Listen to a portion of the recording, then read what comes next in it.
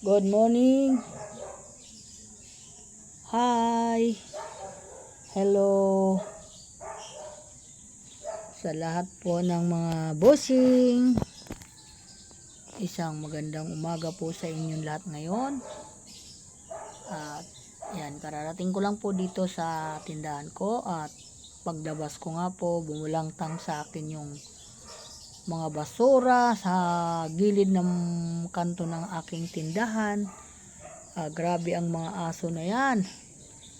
Talagang nagkakalat ng basura. Wala man lang kung nako po, ako talaga nang gigigil sa mga aso kaya pinaghahabol ko. Naghawak-hawak akong bato. Nakakainis yung mga aso.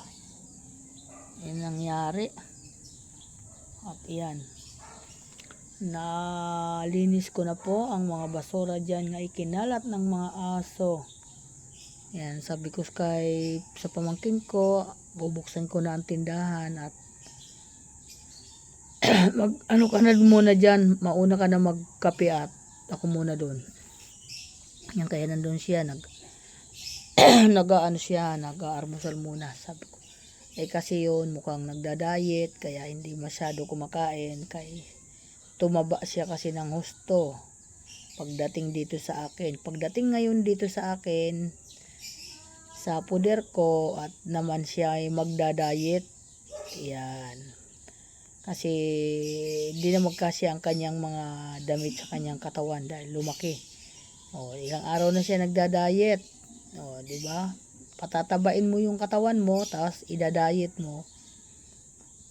Ganun din na sumanod. Parang dapat di ka na nagkakakain ng marami kung gusto mong naka-maintenance ng maganda ang katawan mo. Ayun. Umpisa pa lang, kukontrolin mo na ang kain. Hindi pag may pagkain, sunggab ng sunggab, tataba ka talaga yan kung maya-maya ka kakain. Yan, kaya yan nangyari. Nandito na yung aking driver. Hindi ko alam kung aalis ba kasi wala pang nagpipresenta dito sa aking mga kasama kung sino ang magtitinda. Yan, yung isa ko namang anak ay may katamaran yan. Yan, ayaw magporsige na gumanda ang kanyang buhay, puro nakaupo lang lagi siya sa kanyang sa computer. Ayan, kaya siya nasisira yung kanya diskarte sa buhay, tinututukan lagi ang computer. Kaya di ko naman pinipilit. Kung ayaw mga magtinda, wala akong magagawa, hindi na ako namimilit. Kaya mamaya pagising nung aking asawa, kaya doon malalaman kung papaano, kung magtitinda ba o kung magtitinda, di ako ang makakasama, sasamahan ko yung aking asawa kasi masama ang pakiramdam. Ayun. At yung pamangkin ko muna dito ang magtatao sa tindahan. Yan, okay. Good morning po. I love you so much sa inyo mga bossing at mga idol. Welcome to my vlog.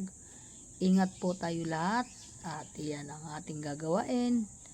At bago po ako lumabas at bumaba sa aking higaan at bumaba dun sa aking pinaka first floor, ako po muna humiling sa Panginoon at gabayan ako sa maghapon. Yan lang po at sana ay medyo magaang at yung asawa ko pag medyo na gumaan yung kanyang pakiramdam kasi po nagrereklamo na sa akin kagabi na masama nga daw yung kanyang pakiramdam.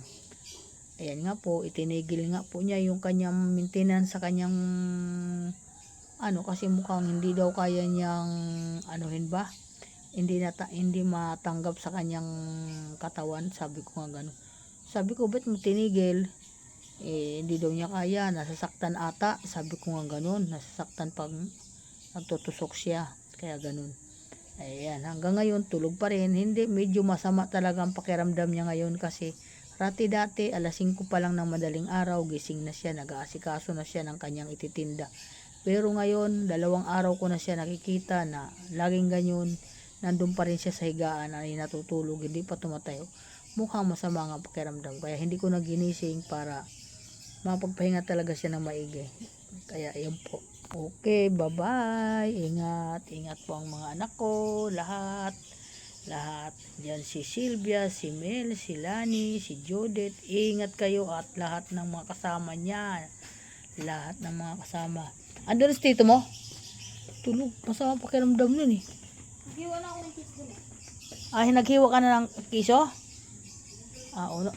Nagkapag-aramusal ka na? Ay, buksan mo yung ano doon, yung kaha. Pati yung, ay, Anasanin mo na? Asan si Emilito? O, sige, sige. Okay, kinalat ang basura. Grabe, oh. Kinalat yan yung mga basura ni ni Roma. bakit? Eh, ewan ko yan, oh. So, kalat. Yung aso. Ang daming aso. Ay, naku. Mga aso na yun talaga. Okay, thank you. Bye-bye.